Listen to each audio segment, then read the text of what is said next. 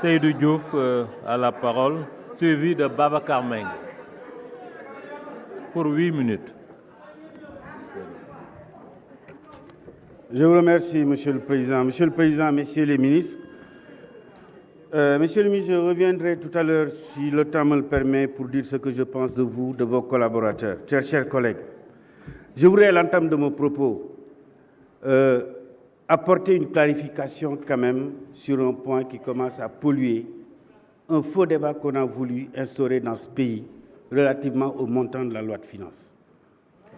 J'ai ici le budget 2012, parce que j'ai entendu celui qui fut Premier ministre vous interpeller sur la problématique. 2344 milliards en 2012, dans lesquels 2344 milliards, il y avait 347 milliards de services de la dette. 2014, j'ai entendu, Monsieur le ministre, celle qui était Premier ministre vous demander de vous expliquer. En 2014, 2732 milliards, c'était le montant de la loi de finances. Ce montant incluait les 523 milliards de services de la dette. 2018, il n'y a pas longtemps, 3709 milliards qui incluaient une dette publique, un service de la dette de 839 milliards. 2019, 4071 milliards qui incluaient 863 milliards de services de la dette. Si pour tous ces budgets, toutes ces lois de finances ont retranché les services de la dette, on n'aurait pas eu en 2012 une loi de finances de 2344 milliards, mais on aurait eu une loi de finances de 1997 milliards. Et c'est pourquoi cette classification nouvelle qui a été introduite à partir de 2020, on pose le débat cette année, mais depuis 2020, c'est la même classification que celle de 2024. Pourquoi ça n'a pas été posé à ce moment-là? C'est une classification qui répond au cadre harmonisé des finances publiques. Et j'ai ici, chers collègues, la loi de finances de la Côte d'Ivoire, bâtie sur les mêmes principes, avec une loi de finances pour la Côte d'Ivoire de 13 740 milliards total du budget total de la loi de finances. Mais quand on prend le même raisonnement en Côte d'Ivoire, on aurait eu un budget qui allait faire 9 640. C'est une classification qui obéit à une volonté de transparence. Et pour nous, députés, ce qui est le plus important, c'est la transparence. C'est un faux débat qu'on a voulu instaurer, mais ce débat n'a pas sa raison d'être. Le tableau des ressources et des charges est très bien fait, Monsieur le ministre des Finances. Il est clairement indiqué que les amortissements ne sont pas dans les charges budgétaires. Il faut faire la différence entre l'approche budgétaire et l'approche financière.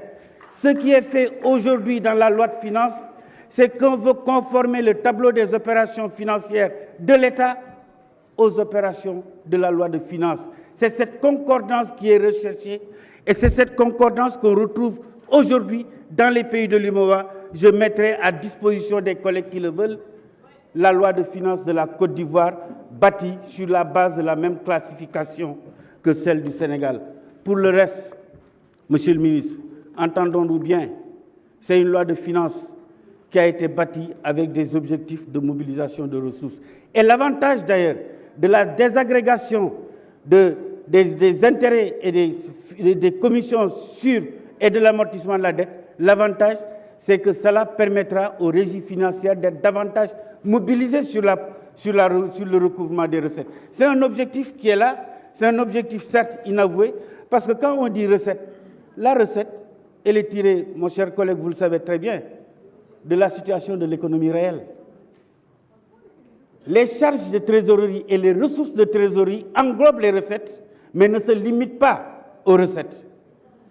Les ressources de trésorerie dépassent de loin les recettes parce que les ressources de trésorerie englobent à la fois les dons, et nous avons vu dans la loi de finances à l'article 12, dans le grand 2, qu'on va dans cette loi de finances autoriser le ministre des Finances à percevoir les dons et à aller emprunter. Cet emprunt et ces dons constituent les éléments qui vont nous permettre de régler les problèmes de besoins en financement et d'avoir un équilibre qui fait correspondre les opérations financières de l'État et les dépenses générales de la loi de finances. Ceci dit, Monsieur le Président, je voudrais vraiment rendre hommage au moment où il a pris la décision historique de ne pas se représenter au président Macky Sall. Le président Macky Sall qui a permis aujourd'hui aux populations qui vivent dans le Paoskoto, à Sonkorong, dans la commune de Kémor, à Sankabari, à Mandiang, à Diatar, à Tchangali, à Seoro-Kotopel, à Katop, à Kanapé-Koto, à Sinchuata, mais aussi à Medina Wouli, d'avoir accès à l'eau potable. Ce président Macky Sall qui a permis aux 24 villages de la commune de Sansamba aujourd'hui d'avoir accès à l'électrification rurale. Ce président Macky Sall qui a permis aux populations de Mampatim, de Sinthiang, de Djoudé, de Pakou, de Parumbu, de Linkering à Kolda, cher à mon cher ami le rapporteur général, d'avoir accès à l'électrification rurale. Ce président Macky Sall qui a permis aux femmes de ces localités d'avoir accès à des machines électrifiées pour alléger les travaux ménagers. Mais bien entendu, ce président Macky Sall qui a permis le désenclavement de notre pays et particulièrement de sa région sud. Aujourd'hui, avec le désenclavement, avec la construction du pont de la Sénégambie, avec le pont de Farafenni, le pont à péage de Foundiougne, le pont de Marsassoum, celui à venir, le pont Balamoussa Dafé, de Cremento. Oui, j'en passe, mon cher collègue. Le désenclavement de la Casamance est en marche avec les routes qui sont en train d'être construites et cela, personne ne peut le dénier. Mais ce président Macky Sall qui a permis à l'oncle de mon cher ami Moussa Souaré de Salémata de pouvoir aujourd'hui quitter Salémata par une route parfaitement bitumée pour rejoindre Kédougou et qui, lorsque sa fille est malade, n'a plus besoin de la référer à Tambacounda, mais prendra la route de Salémata à Kédougou pour venir à l'hôpital Ahmad Dansoko. Oui, nous devons à Macky Sall cet hommage et je lui dois cet éloge. L'éloge comme Thomas le faisait pour Descartes, monsieur le ministre des Relations avec les institutions. Thomas disait, rendant éloge à Descartes, le temps seul juge les rois et les philosophes. Je disais que le temps seul jugera Macky Sall et le mettra à sa place. Sa place, c'est celle, le grand panthéon des hommes qui ont contribué à bâtir le pays et à positionner l'Afrique dans le concert du monde, avec les places obtenues au G20, avec tous les combats qu'il a menés au niveau national comme international. Hommage à lui. Il a pris la décision sage de ne pas se représenter. Il faut lui rendre hommage. Macky Sall n'est plus votre adversaire. Il a fait ce qu'il devait faire. Il a pris la sage décision de partir. Votre adversaire, il semble que c'est Amadouba. Il semble que ça peut être Karim Wade. Il semble que ça peut être quelqu'un d'autre. Vive le Sénégal, vive la démocratie, pour que la paix règne dans notre pays.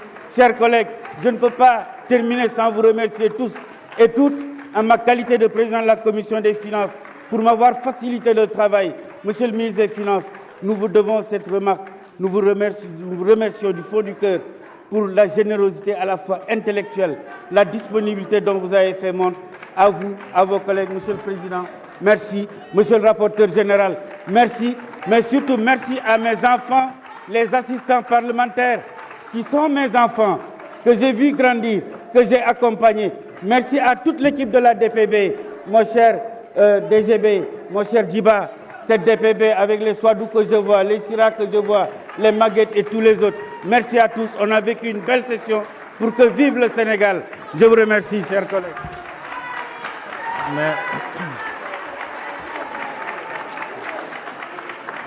Merci, chers collègues. La parole est à notre collègue Babacar Meng, suivi de Mamadou Lamine Diallo.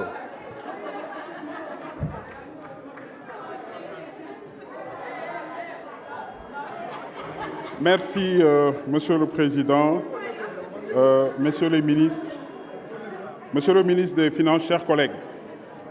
Monsieur le ministre, je vous avais parlé ici l'année dernière donc du décret 66-510 du 4 juillet 66 portant un régime financier des collectivités territoriales qu'il fallait réadapter, bien entendu en conformité avec le règlement financier de l'UEMOA.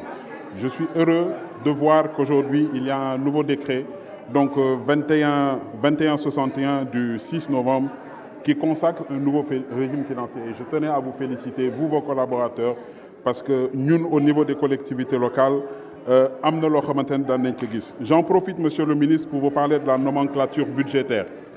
Aujourd'hui, il y a des types de dépenses qui ne sont pas pris en compte sur cette nouvelle nomenclature budgétaire. Donc, on aurait souhaité effectivement que, de ce point de vue, vous en fassiez autant. Les collectivités territoriales rencontrent des difficultés de trésorerie, Monsieur le Finance.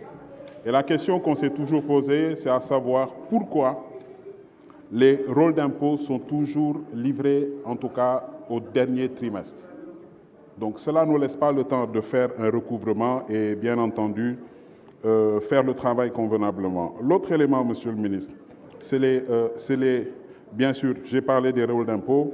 L'autre élément, Monsieur le ministre, c'est profiter de cette journée, véritablement pour vous remercier, vous, en votre qualité de ministre des Finances. Je crois que vous avez été quand même un leader hors pair. Vous avez su, en tout cas, contenir nos divergences pour aujourd'hui en faire un produit utile pour le Sénégal. Et je voudrais vous féliciter à vous, votre collègue, M. Sambassi, ministre du Travail, mais vraiment toutes les directions parce que nous sommes habitués. Et décerner une mention spéciale au président de l'Assemblée nationale. Monsieur le Président, je tenais particulièrement, au nom de tous les élus de Tahaou Sénégal, pour vous remercier parce que vous avez su nous mettre ensemble, créer les conditions. Et ce n'est pas par hasard qu'aujourd'hui, à la reprise de la prochaine session budgétaire, Inch'Allah, cette salle sera une salle toute neuve. Je pense que c'est une chance pour vous, mais vous avez eu en tout cas l'intelligence de nous mettre ensemble. Et enfin, remercier les deux bords, parce qu'aujourd'hui, c'est le Sénégal qui gagne et c'est ce qu'il y a de plus important. En tout cas, moi, personnellement, j'ai pris pour une paix au Sénégal aujourd'hui et que seul le Sénégal triomphe. Je vous remercie. Merci, chers collègues. La parole est à notre collègue Mamadou Lamine Thiam, suivi de Birame Souleye Diop.